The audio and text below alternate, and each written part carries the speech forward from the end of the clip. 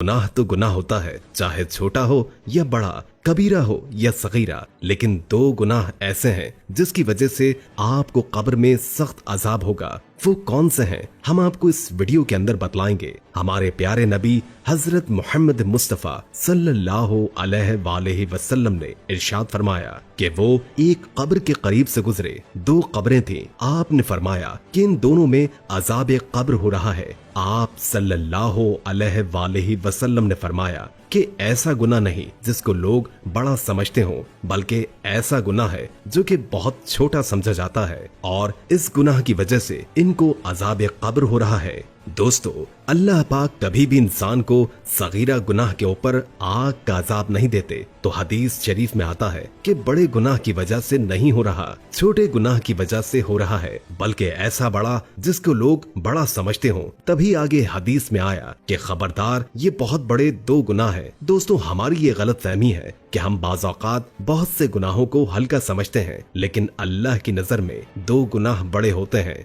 हम बड़ा समझते हैं जिना को, यकीनन ये बड़ा गुनाह है। हम बड़ा समझते हैं शराब को, यकीनन ये बहुत बड़ा गुनाह है। हम बड़ा समझते हैं कत्ल करने को, यकीनन ये बहुत बड़ा गुनाह है। नमाज कज़ा करना बहुत बड़ा गुनाह है। शिर्क करना, वालिदैन को अजियत देना। लेकिन कुछ गुनाह ऐसे होते हैं जो होते तो बहुत बड़े हैं लेकिन समझे जाते हैं छोटे। तो इसीलिए आप सल्लल्लाहु अलैहि वसल्लम ने फरमाया कि इन दोनों कब्रों के अंदर इन दोनों अशखास को ऐसे दो बड़े गुनाहों की वजह से अजाब हो रहा है जिनको ये छोटा समझते थे। इनमें से एक, ये पेशाब से नहीं बचते थे, पेशाब से एहतियात नहीं करते थे। दोस्तों, इस्लाम में तहारत की बहुत इज्जत है। कहीं भी खड़े होकर पेशाब कर दिया और छींटे पड़ रही हैं और आपको कोई फिक्र ही नहीं है, ऐसे नहीं। रसूल पाक सल्लल्लाहु अलैहि वसल्लम ने इरशाद फरमाया कि इनको यानी एक शख्स को अजाब क्यों हो रहा है, यानी पेशाब से बेएहतियाती की वजह से। दोस्तों, इस्लाम हमारे अंदर की सफाई भी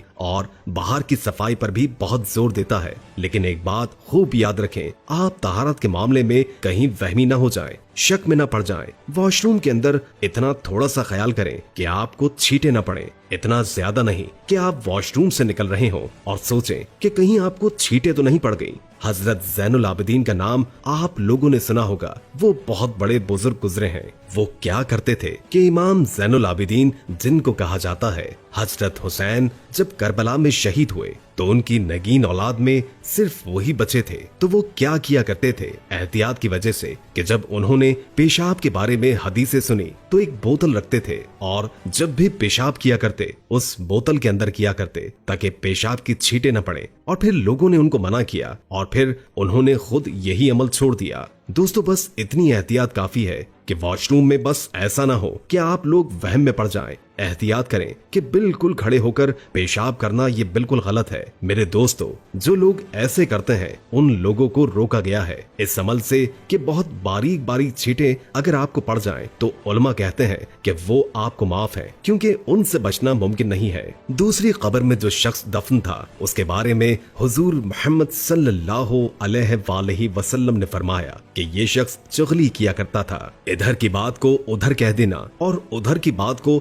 इधर कह देना, इस पर उसे अजाब कब्र हो रहा है। इससे पता चलता है कि जब लोग चुगलियां करते हैं तो ये सगीरा गुनाह के मुर्तकिब नहीं। हमारे यहाँ जिना को तो बुरा समझा जाता है, शराबी को तो बुरा समझा जाता है, लेकिन चुगलखोर को कुछ भी नहीं समझा जाता। ये चुगलखोर ऐसी लड़ाइयां करवाता है कि आपस में मोहब्बतों को नफरत में तब्दील कर देता है। वर्कर्स को अपने बॉस से लड़वा देगा, क्लास फेलोज को आपस में लड़वा देगा, भाई को भाई से लड़वा देगा, शौहर बीवी को और बीवी को शौहर से लड़वा देगा, सास को बहू से और दामाद से। ये सब मसाइल कहाँ हो रहे हैं? लगाई बुझाई वाले हैं। तो चुगलखोर के बारे में कुरान क्या कहता है, हदीस क्या कहती है? ये सगीरा गुनाह नहीं है। इसीलिए दोस्तों, मैं उन खवातीन से हाथ जोड़ के दरखास्त करता हूँ कि वो अपने घरों में आग न लगाएं, भाभियों को शौहर के खिलाफ न वर्गलाएं और शौहर को बीवी के खिलाफ न वर्गलाएं। जहाँ कोई बुराई देखी समझते हैं कि यहाँ से इस बुराई को मिटाना हमारी जिम्मेदारी है और बहू में ये बुराई पाई गई है तो इस बुराई को मिटाने का एक तरीका है, पुलिस को बताएंगे तो फायदा नहीं होगा, सास को बताएंगे तो फौरन इंक्वायरी होगी। दोस्तों, डायरेक्ट जाकर किसको बताती हैं? सास को बताती हैं। पुलिस को बता दो, खुदा की कसम इतना बड़ा मसला नहीं है, लेकिन सास को बता दिया तो बस वो पहले ही जली भुनी बैठी है। दोस्तों, अल्लाह पाक कुरान मजीद में फरमाते हैं, लोग अक्सर जब सरगोशी करते हैं, चुपके से बात करते हैं, तो इसमें अक्सर खैर नहीं होती। खुलेआम जब बात होती है तो अक्सर खैर की बातें होती हैं। जैसे बहुत से हमारे उलमा इकराम बहुत अच्छी अच्छी बातें करते हैं, खुलेआम करते हैं, क्योंकि वो अल्लाह के दीन को फैला रहे हैं। और अगर यही उलमा इकराम एक शख्स को साइड पे ले जाकर उसके कान में कुछ आपस में बात करें, तो उसके आसपास जितने भी लोग होंगे वो देख रहे होंगे इनको कि मौलाना साहब ये फला शख्स आपस में क्या बातें कर रहे हैं, कहीं हमारे खिलाफ तो बातें नहीं हो रही। जब एक बहन भरे मजमे में बैठी भाभी के बारे में बता रही हो कि हमारी भाभी चांद जैसी है, बहुत जबरदस्त, बहुत खूबसूरत है, लेकिन जब भाई को साइड पर बुलाएगी तो उसके कान में